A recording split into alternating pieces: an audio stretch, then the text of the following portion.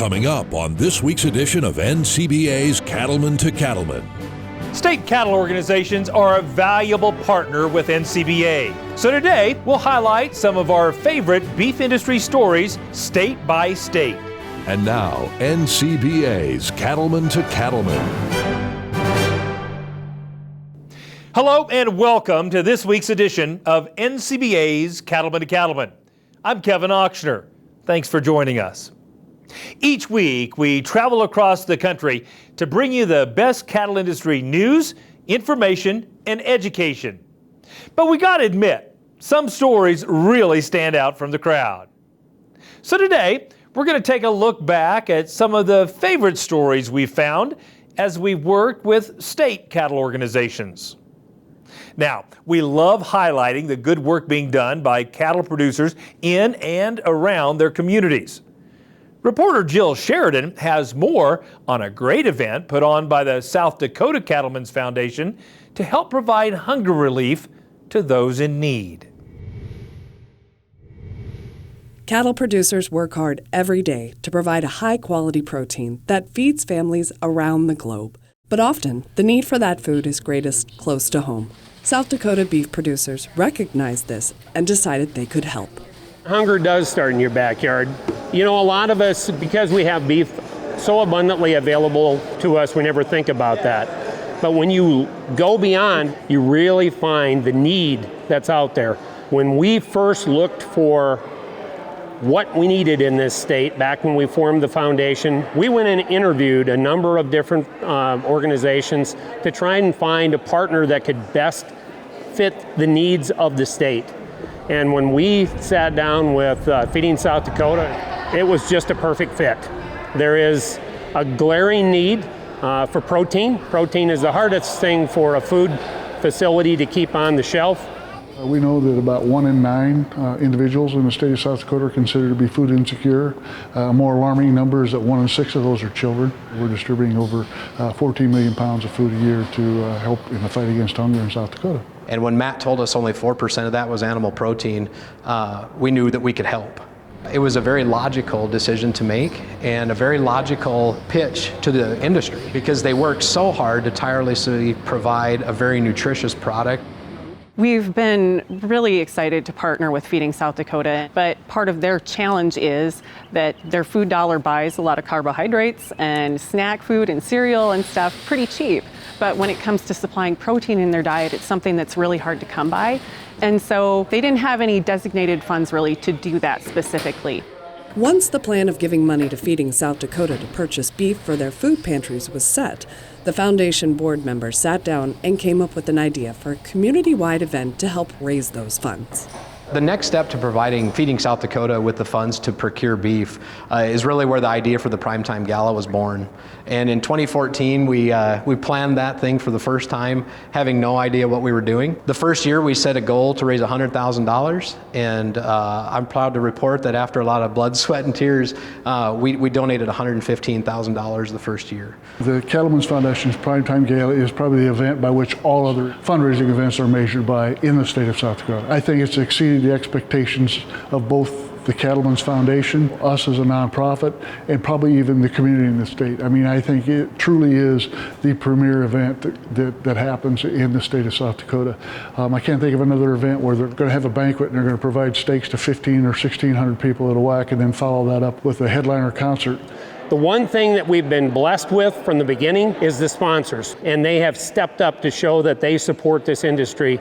And then along the way, we added in a huge donation with Billion Motors giving us a Chevy Duramax pickup, brand new, for a 5-year deal. We added EB giving us a trailer, and it's just exploded. So everybody has really responded to the need because they see us giving the dollars back. So what we decided to do was donate a stock trailer that would be auctioned off with all the proceeds adding into the event. Every year, we call it our Primetime Gala Special Edition.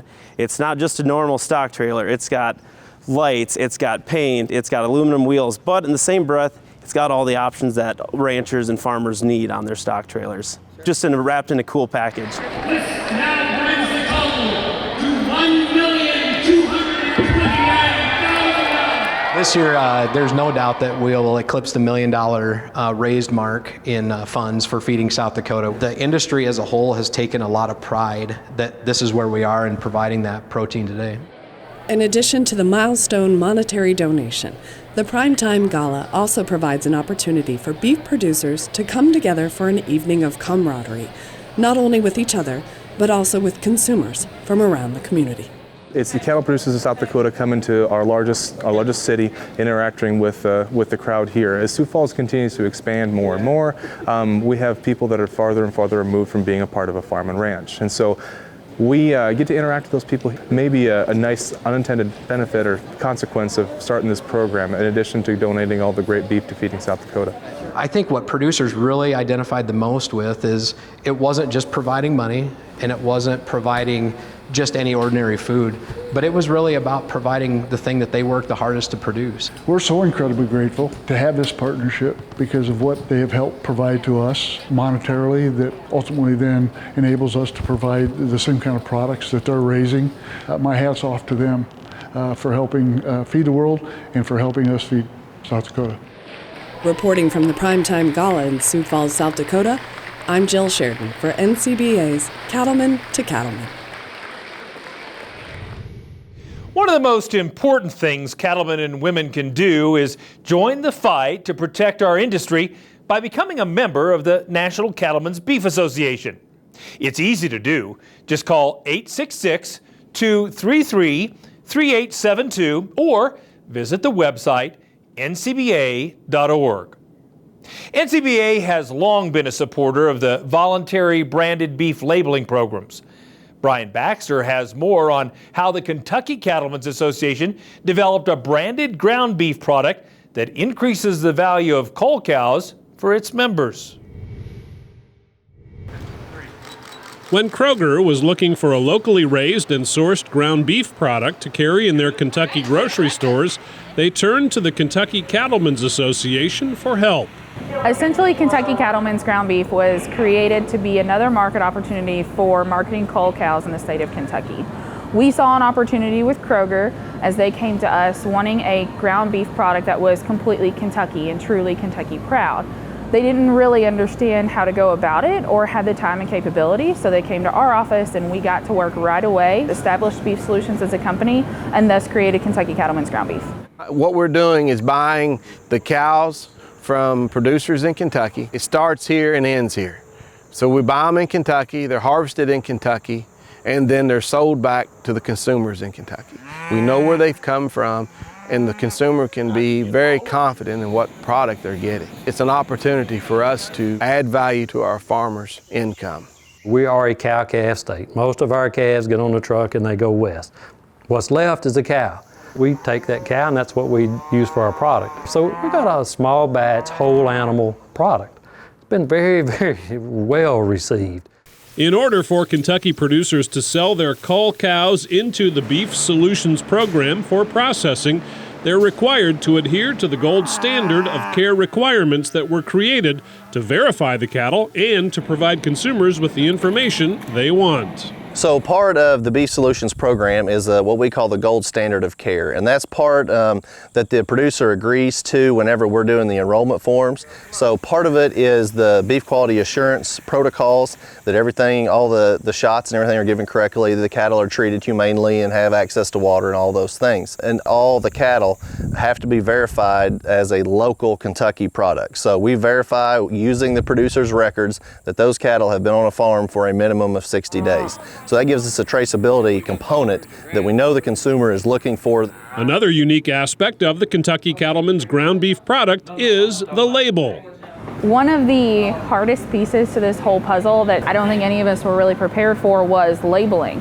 So you want to make sure that you're standing out in a meat case because the beef section of a meat case is ever expanding. So we found through consumer research that the black and the gold really resonated with consumers and customers, and they would gravitate towards that. On the back of the package, we really wanted to focus in on the nutritional information.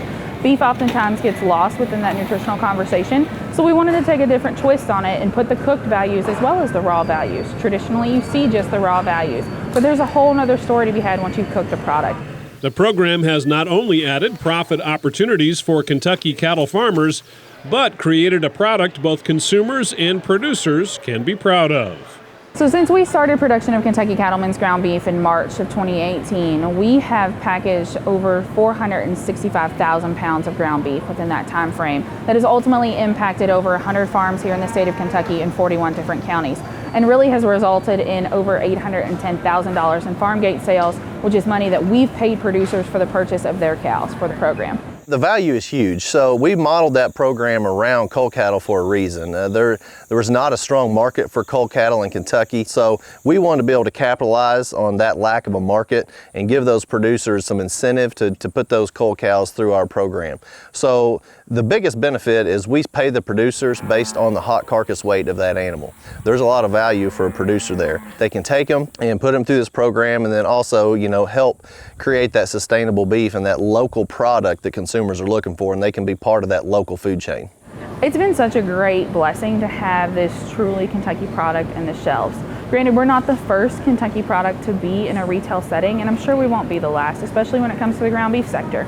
But really what it's meant is people can get excited about going to the grocery store, picking up that product, and really holding something that their neighbors down the road probably put some thought and care into. And I think having a product like this in the grocery store for them to latch onto and get reinvigorated and rally around agriculture has been a wonderful opportunity for them, and they get excited about it. From the Bluegrass State, I'm Brian Baxter reporting for NCBA's Cattlemen to Cattlemen. If you'd like to learn more about what's happening with NCBA's Cattlemen to Cattlemen, you can find us on Facebook. Be sure to like our page, and we'll keep you updated with photos, details on upcoming shows, and much more. And it's a great way to connect with other cattlemen and women all across the country. So check us out on Facebook. Still to come on Cattlemen to Cattlemen, we'll head to the Sturgis Motorcycle Rally for a look at a high-stakes battle to grill the best burger.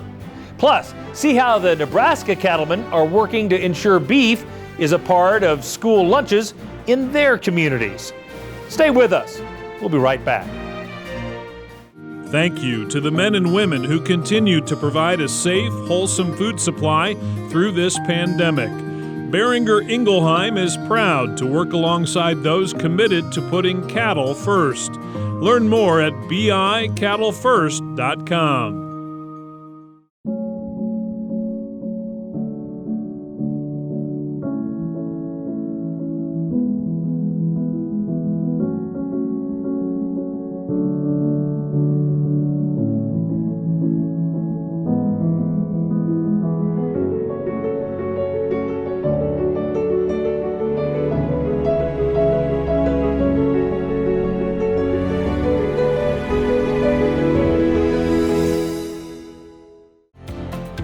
If you'd like to know more about NCBA's Cattlemen to Cattlemen and have an opportunity to support our effort to create valuable news, information, and education just for cattle producers, then check out our website, cattlementocattlemen.org.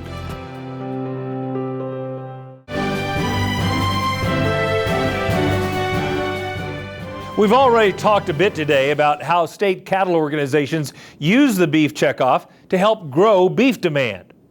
Now, let's check out a beef promotion in South Dakota where chefs competed to see who could grill the best hamburger. Russell Nemitz has more on the Sturgis Burger Battle. Sturgis, South Dakota, where you'll find not only tens of thousands of bikers, but also beef. And 2018 marked the second year that the South Dakota Beef Industry Council has partnered with the Sturgis Motorcycle Rally. The event size and scope make it an attractive opportunity to ride in with a strong beef message. When it's all said and done, we average right around 500,000 people, and we are one of those events that has a worldwide reach. So people in Asia who might not have tasted American beef yet are going to be excited about it because they have seen something from the rally, and people around the world really want that thing, whatever it might have been, that was at the rally. We have social media reach that will reach into Asia, it'll reach into Europe, and it reaches all across Canada and North America. You know, one of the things that we always look for as a beef council is those opportunities to really engage. And when you look at the Sturgis rally and you look at the numbers of the people that we have here and where they come from, we have consumers from all over the world at the rally. When you look at the South Dakota beef industry as a whole, we've got about 4 million head of cattle in South Dakota. And with that, we put together probably about a $4.5 billion impact to the state. And so for us, Sturgis plays that vital role. It brings that consumer here. We're connecting our egg industry to our consumer, and I just think this is a great venue to do that. This is our second year involved in the rally. It seemed very positive. The feedback that we got back from last year's rally, you meet so many different people from all over the world, and for us in South Dakota to reach that many people this local is an asset, or an opportunity, I should say. I want them to see the producer side of this, that we are a family deal. We take great pride in what we do. We love what we do, and we love the animals that we raise, and we feel we provide a great product for them. We need to reach people on both ends of this country and assure them that we have a safe, nutritious product and that they can have confidence in. In addition to identification as the official meat of the rally, with signs, banners, social media mentions, and other promotional elements made possible by the Beef Checkoff in South Dakota, this year a burger battle was held in the heart of the events, with teams competing for bragging rights and more. Last year after this event, we knew that we wanted to have a little more hands-on focus with our consumers. So we sat down with the Sturgis crew and we kind of incorporated this burger battle, and we talked to them about how we felt something like that could not only add to our practices, but also to them as a whole. And that has been a phenomenal experience because a lot of these chefs that are coming in to participate in that burger battle are real strong influencers for us. It's very exciting. I didn't think that there would be this much anxiety and excitement in it, but it's fun. It was unique, you know. Dad and I both have been chefing for over 20 years at the restaurant, so it's always neat to get a surprise ingredient in it and then just start brainstorming and figuring and working together.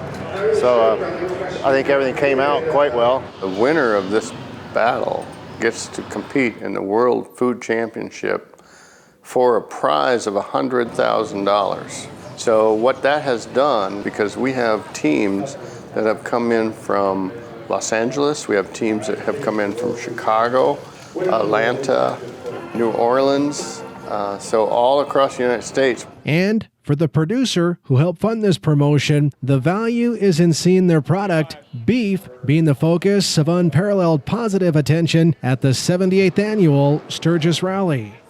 People not only from South Dakota, U.S., but the world. There's just so many different demographics of people that are here that attend the rally. And if we can get in front of them and show them the product that we can produce in South Dakota, it's tremendous. We have a lot of people that aren't part of agriculture anymore, so they don't quite understand where their food comes from. So it's nice to bring them out into what I call cattle country and show them where it's coming from. As a producer, we work so hard with genetics, nutrition, health, and the production of our product, the cattle. When we market them, we can't stop there. We have to be a promoter of this product. We have to continue all the way to the plate. We have to promote this and get it out to the American people. We're out promoting beef, and what better place than a rally like this in South Dakota? You get 500,000 people, you can't just go somewhere and get that. In Sturgis, South Dakota, I'm Russell Nemitz reporting for NCBA's Cattlemen to Cattlemen. The Sturgis Burger Battle is just one example of the great work that state associations do all across the country. You can find many stories celebrating those efforts on our YouTube page. We also have educational segments, producer profiles, and of course, Baxter Black.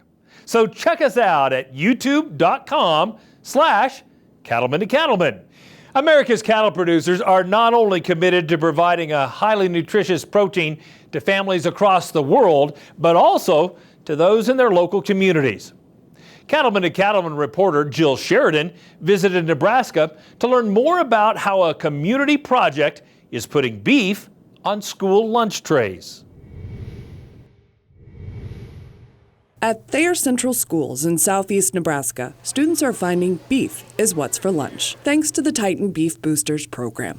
Here in Nebraska, we consider ourselves the beef state, right? So perhaps our greatest resource is beef and the people who raise it, our farmers, our ranchers, and our producers. So we want to really bring that back to these communities and show kids that it's those local producers in their communities who work hard every day to put that fresh beef on their trays. Titan Beef program came to life as an idea in the summer of 2015. I was approached by a local producer, Rob Marsh. We sat down together and got to talking and thought if we could get maybe 24 to 30 head of cattle donated, we would be able to sustain this program for 3 years. I did read an article in the Nebraska Cattlemen magazine that another school had tried something like this and they were having some results. And I thought, wow. But then it really made me kind of focus on, I'm a father, I have 4 daughters, 4 young daughters, and we concentrate on what they eat at home, but we as parents have no idea what they're eating during the day. I thought I want to help. So Titan Beef Boosters and the local beef program here in Hebron at Thayer Central was really brought from the community and from the ground up. And they were basically the groundbreakers in a local beef program in the state. And from them, so many more have learned and been inspired to develop their own programs across the state. If we want to help our kids eat better, we have the best protein there is right outside our door here. And I thought, what better way just to put it all together? So I really wanted to just truly help all of our kids in our school district. So I just started making some phone calls to some other producers. A lot of them were on board with the idea right away. The response to the idea of getting local beef into the schools was immediate and strong. People were eager to help make sure beef is on the menu for school lunches. Once we started telling people about it, it was not a problem to have beef donated. It was phenomenal how the community came together to make this such a huge success, and it has just grown. It's been fantastic to see people that are willing to donate money and the meat itself, and even the local grocery stores donated space to store the meat. The Department of Education has been a really great partner in this program. That's been encouraging to help a lot of schools bring this program into their local communities.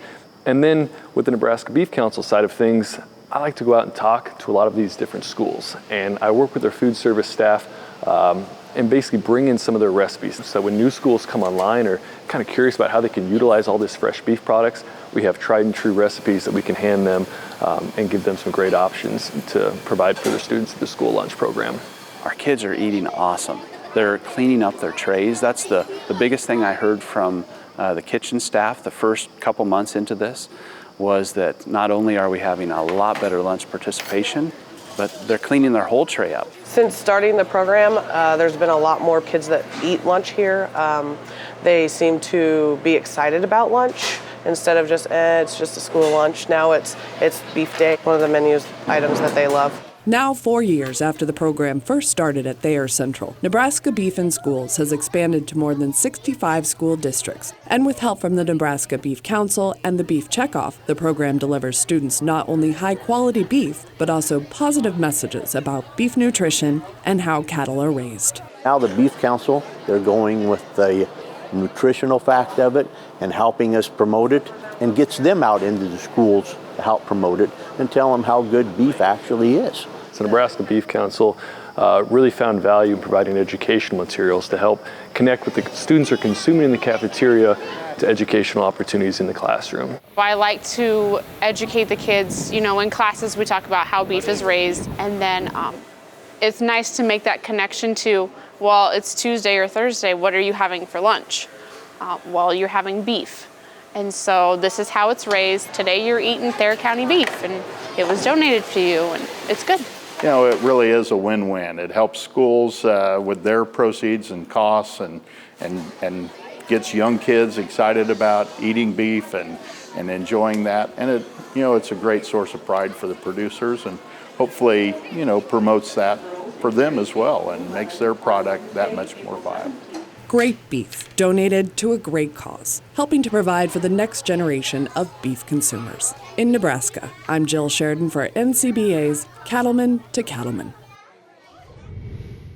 You can check out the Beef It's What's for Dinner website for a great interactive experience. You'll find things like recipes, information on beef cuts, and nutritional information at this one-stop shop for all things beef. Still to come on Cattlemen to Cattlemen, we'll show you a special event in New Orleans that helped promote beef and beef recipes to food bloggers. Don't go away. We'll have more right after this. We didn't just design the 6M tractors with you in mind, we designed them with you by our side.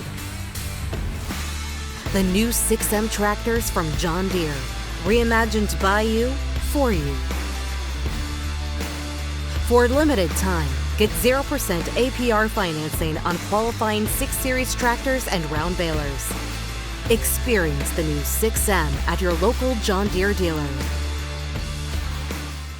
Join the National Cattlemen's Beef Association. NCBA is working every day to defend your interests in Washington, D.C. And there are big benefits to being a member. You'll get news you can use in the National Cattlemen and policy updates from Beltway Beef, plus big discounts from John Deere and more great partners. Join now. Call 866-233-3872 or sign up online at ncba.org.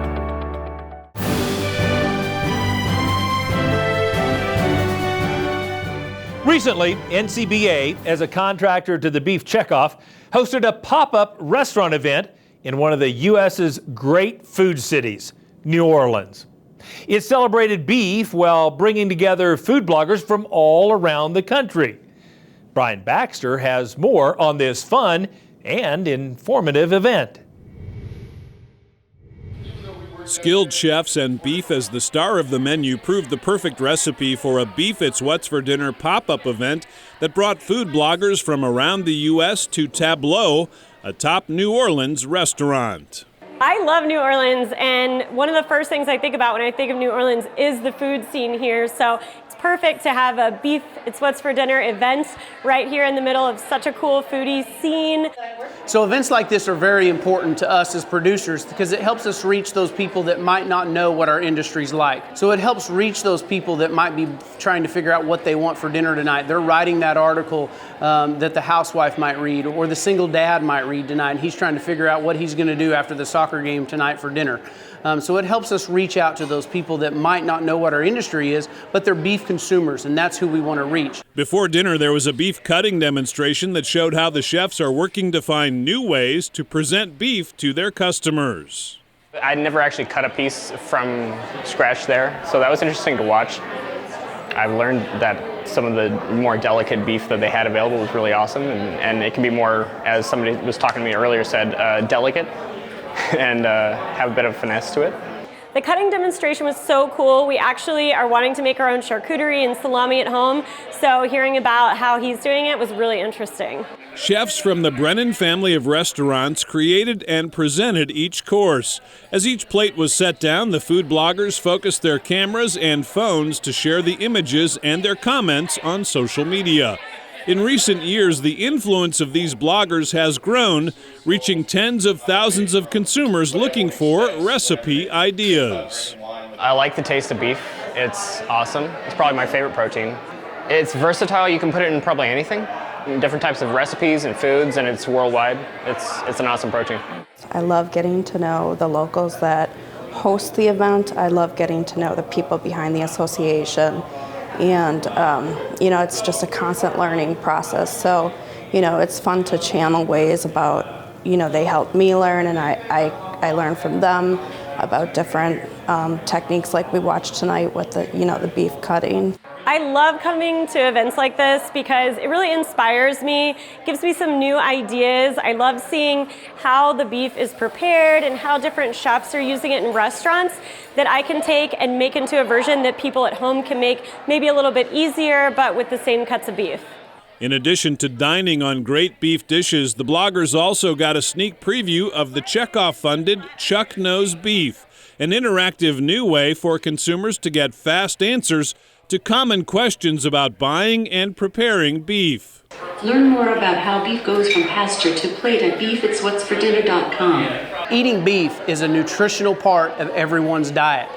And to see it cut and to see what I produce on the farm and ranch each and every day up in front of me and to these bloggers and these influencers, it just stirs something up with you, and as a producer, it makes you want to just keep doing what we do each and every day. So it makes me proud to say, beef, it's what's for dinner. At the New Orleans Beef Pop-Up Restaurant event, I'm Brian Baxter reporting for NCBA's Cattlemen to Cattlemen. Still to come on Cattlemen to Cattlemen, we'll take you inside another pop-up event, this time in Kentucky, that highlights how the Checkoff and NCBA work to build beef demand. Stay with us. We'll be right back.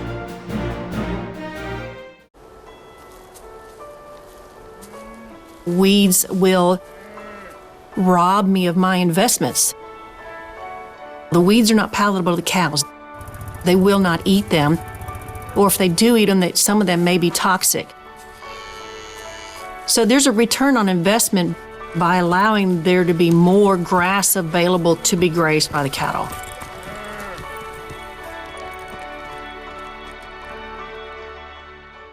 Are you concerned about the impact government policies could have on your cattle business? One way to make your voice heard in Washington is by joining NCBA. When you join, you'll have access to key policy updates and insights from Beltway Beef. It's the best way to hear directly from NCBA's DC team. Beltway Beef provides valuable policy information, and it's free for NCBA members. Stay in touch with Beltway Beef. Join now at ncba.org.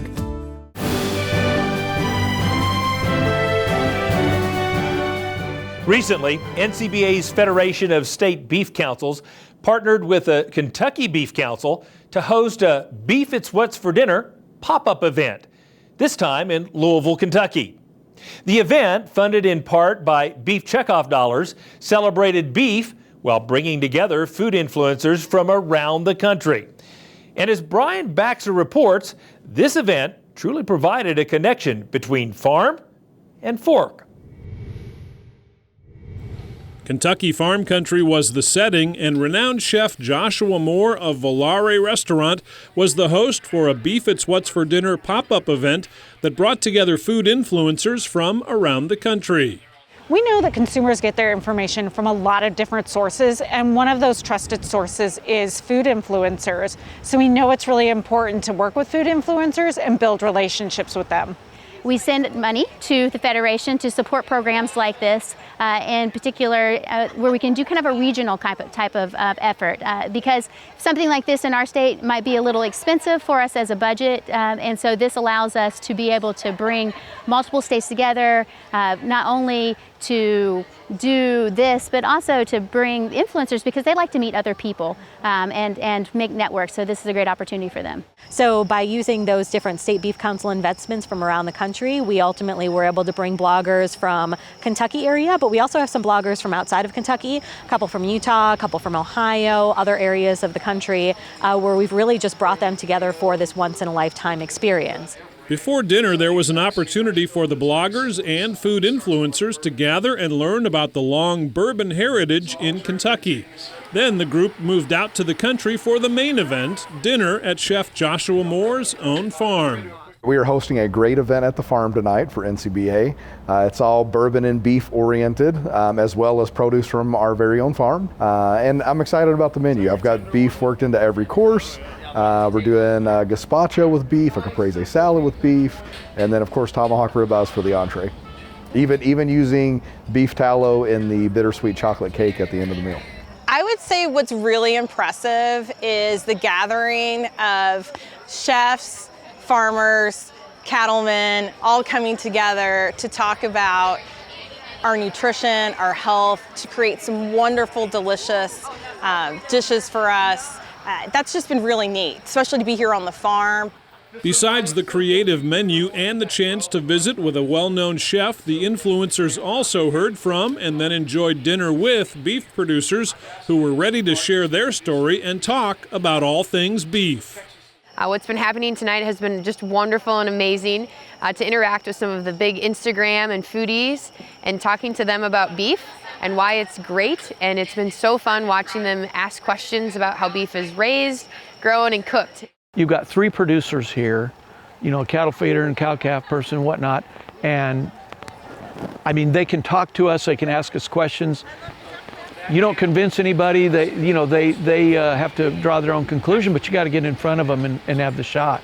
So there'll be a lot of these people here that leave here with a really good positive idea of what beef and beef production is about. I'm a beef eater. I love steak, I love brisket, I love hamburger, and to hear where it's coming from, the strides that they're taking to make sure that's sustainable and healthy for us, I think it's important for all of us. Now I've seen the love, the families, and the information that goes behind it, where it's coming from, and the passion that really has been around in the United States for raising beef and making good, healthy, nutritious meal for families, which perfectly aligns with what we want to do on our website. Throughout the evening, as each of the 5 courses reached the table, cameras were focused on the chef's creations so the images and the experiences could be shared on social media with followers everywhere. Yeah, you're definitely going to see a lot of photos of the food. That is really our goal tonight, is to share food information, particularly beef, of course. Beef fits so perfectly into our lifestyle these days. I think everyone kind of has gotten a little bit confused about food. Everyone's not sure what to make anymore because there's so much information out there, they feel overloaded. But here's the thing, beef offers you nutritious dinners every night that you can pull together. It's good for you. You can eat it often. You don't have to be worried about that. And more importantly, it really is good for this rising generation. They need proper nutrients and it tastes dang good. So what more could you ask for? So that's really the value of doing these types of events. With previous events that we've hosted, we've actually been able to reach nearly 1 million people in one single night, which is otherwise reach that we wouldn't have for beef and for Beef It's What's for Dinner and for the beef farmers and ranchers that we represent. Pop-up events like this are just one way the Federation of State Beef Councils, through the Beef Checkoff, is working to help grow beef demand. In Kentucky, I'm Brian Baxter for NCBA's Cattlemen to Cattlemen. Remember, to find out more about events like this one and to see great beef recipes, visit the Checkoff-funded website, beefitswhatsfordinner.com. Still ahead on this special edition of Cattlemen to Cattlemen, find out about a program at the University of Nebraska that's giving students the tools they need to start their own ag-related businesses. Stay with us. We'll be right back. What does it mean to be an American cattleman? It means you have what it takes where it counts, on the inside. At Ritchie, we understand that. It's what's on the inside that defines us. We share the same values: ingenuity, commitment, sense of pride. These are the values that built this country. They're the values that built this company. Ritchie, proud to be a partner to the American cattleman since 1921. Hello, friends, and welcome to the NCBA's Cattlemen's Call podcast. Now, the goal of this podcast is to focus on the people in the beef industry. We all have stories to tell. We all have successes and failures, and it's always great to talk about all the hard work that we put in to our operations in our industry. So we're taking the time to talk about what everyone else is talking about for cattlemen and women to share what's on their minds. And make sure and subscribe to the Cattlemen's Call podcast today.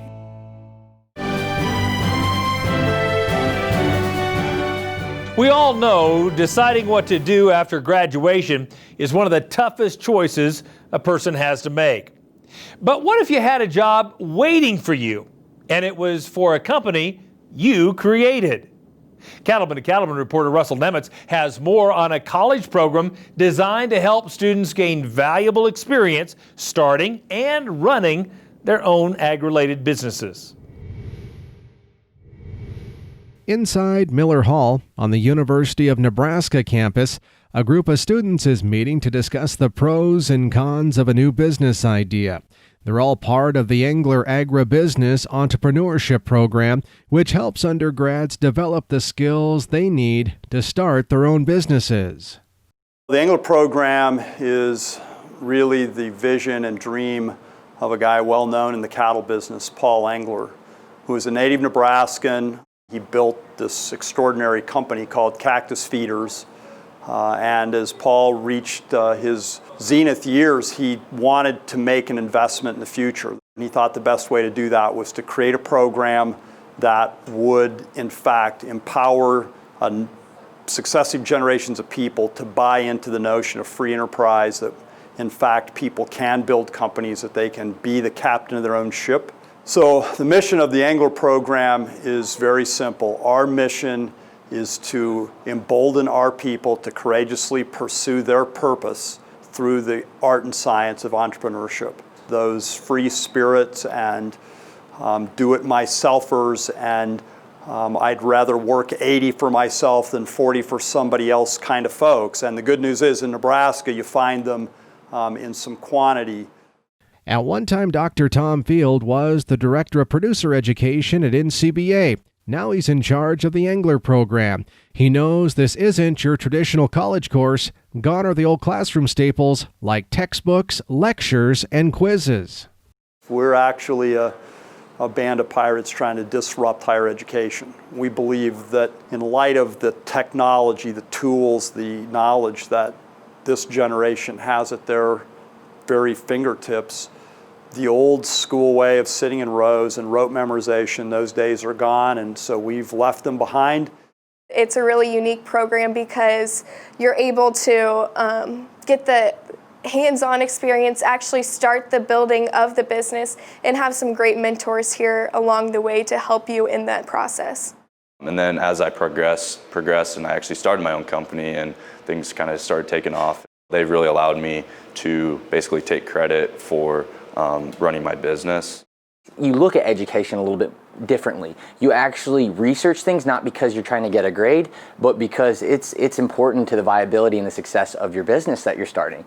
You know, and I see Angler really being the leader of not just business education being taught this way, but all education down the road. Dozens of students are taking advantage of the Angler program. Before joining, many were running companies in their spare time between classes. Now they have a place to go where they can focus on their business while getting college credit. Plus, they get a chance to interact with like-minded individuals who often work together to develop business ideas. That's one of the great aspects of the Angler program, is that so many motivated 20, 21-year-olds come together and really develop a group together and push each other, but also when one person succeeds, it's definitely something to look up to and something to motivate yourself to do. These Nebraska students know a brilliant idea could lead to a lucrative business.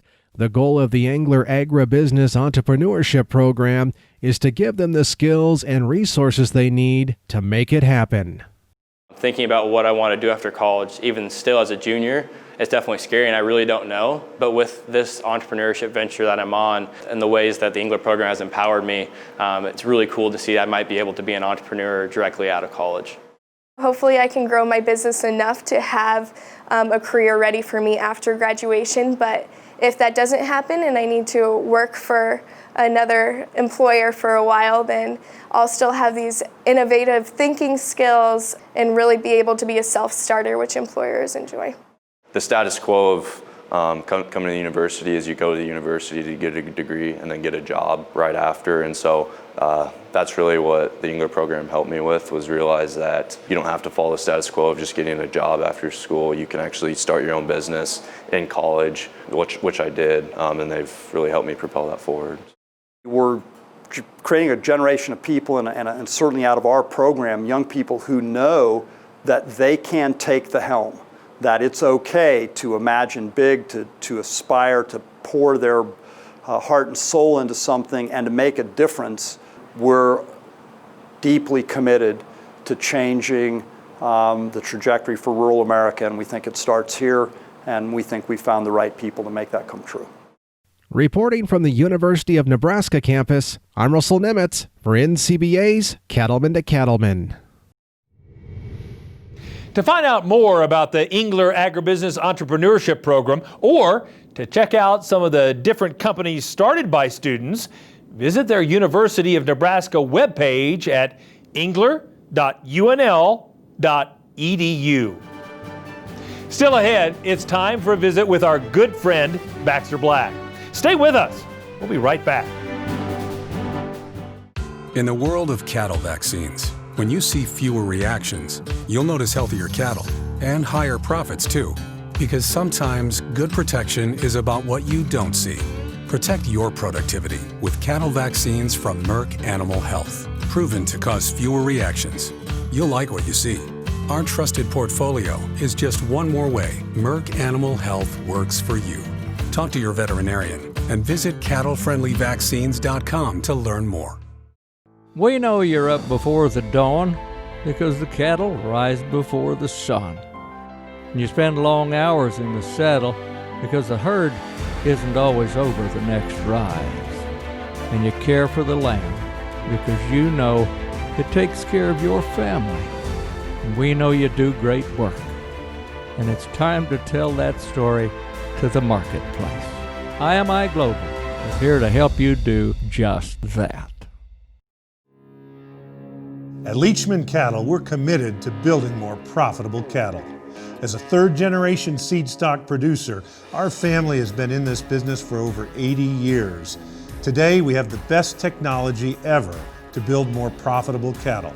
Our dollar profit index is a leader in the industry to help you balance all the traits that drive your bottom line. Give us a call or go to www.leachman to learn more. Urban consumers are becoming more aware of the source of their food supply. For years, we've let them pretend that teriyaki chicken, fajitas, and lobster bisque were manufactured from soybeans, plywood, and mushroom gravy. Well, the recognition that real animals are involved and sacrificed all along the food chain is the natural order of life. It's much easier for us livestock people to communicate with urban consumers if we both accept right off the bat that the way a feeder pig becomes a spare rib is not necessarily a pretty procedure, but it's not murder. In the United States, 50% of the food dollar is spent on eating out, and 96% of the population eats meat. Restaurants have long used vague descriptions to characterize the source of their entree in supposedly flattering ways. Free range, corn-fed, organically raised, hand-milked, kosher blessed, homegrown, grass-fat, IQ-selected, likability tested, and cowboy approved. I expect that menus will continue to expand on this practice of compassion labeling. For instance, rack o' lamb with mint jelly, selected from an all-volunteer flock in the pristine foothills of Colorado. Salmon Glendine. Each salmon was helped up the fish ladder by wildlife candy stripers in the Columbia River wilderness. Grain-fed Mississippi catfish. Catfish are fed individually and taken out of the pond twice a day to PP. 18-ounce Texas T-bone. Each steer had his own personal trainer and was given poise and modesty lessons to mute his tendency to exaggerate. Well, you get the idea. This newfound sensitivity was demonstrated to me recently at a banquet. I saw the menu, so I asked the chef how the chickens were prepared. He said, well, it wasn't hard because they knew from the beginning they wouldn't make it. This is Baxter Black from out there. Thanks, Baxter. We always enjoy our visits with you each and every week. Now, one reason to become an NCBA member is the chance to read the National Cattlemen. It's the official publication of NCBA and provides timely news and articles about the issues and events affecting the beef industry. A subscription is included free of charge when you become an NCBA member. Just call 866-233-3872 or visit the website ncba.org. We're back with more right after this. Stay with us. Now a BQA tip from the Beef Quality Assurance Program. We know cattle are a great resource. They take a lot of materials, plants, things that are unusable in many other circumstances, whether it's grazing crops, grasses, co-products that are available, and we turn that into a very nutritious, dense product.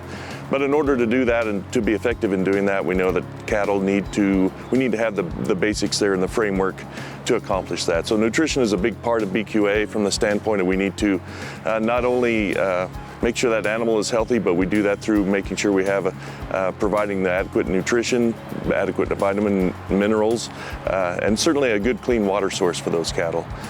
Part of that entails looking at those feed resources, getting them evaluated and analyzed so we know exactly what we're providing to that animal, and just to set that animal up for success in utilizing those products. Find out more about beef quality assurance at bqa.org.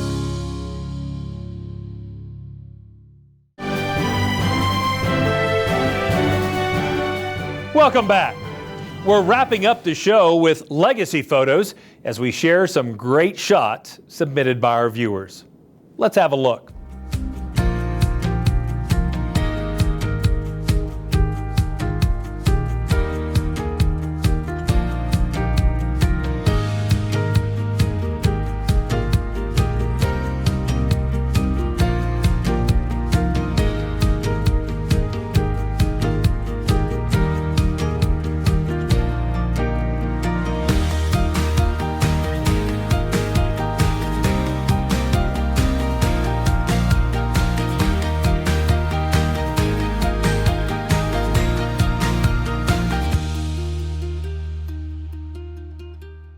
Want to see your photo on Cattlemen to Cattlemen?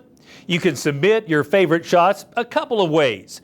Either message them to us on the Cattlemen to Cattlemen Facebook page or email them to c2c@beef.org. Include your ranch or farm name and your hometown, and we may use them on a future episode. Well, that wraps up this edition of NCBA's Cattlemen to Cattlemen. Thanks so much for spending time with us. We'll see you again next week right here on RFD TV.